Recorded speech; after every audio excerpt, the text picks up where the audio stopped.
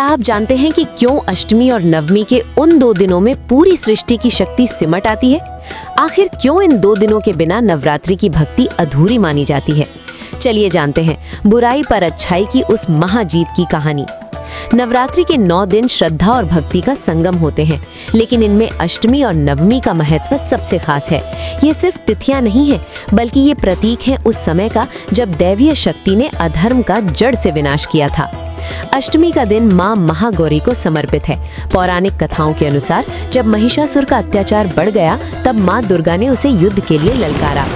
अष्टमी की रात वही समय है जब मां चामुंडा ने चंड और मुंड नाम के राक्षसों का वध किया था। इसीलिए अष्टमी और नवमी के मिलन के समय संधि पूजा की जाती है, जिसे सबसे शक्तिशाली समय माना जाता है। अब बात करते हैं नवमी की। 9वें दिन मां दुर्गा ने अपनी पूरी शक्ति को समेटकर महिषासुर का वध किया था, इसीलिए उन्हें महिषासुर मर्दिनी कहा जाता है।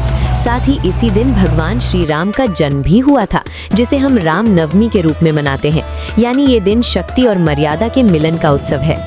इन 2 दिनों में कन्या पूजन का सबसे बड़ा विधान है।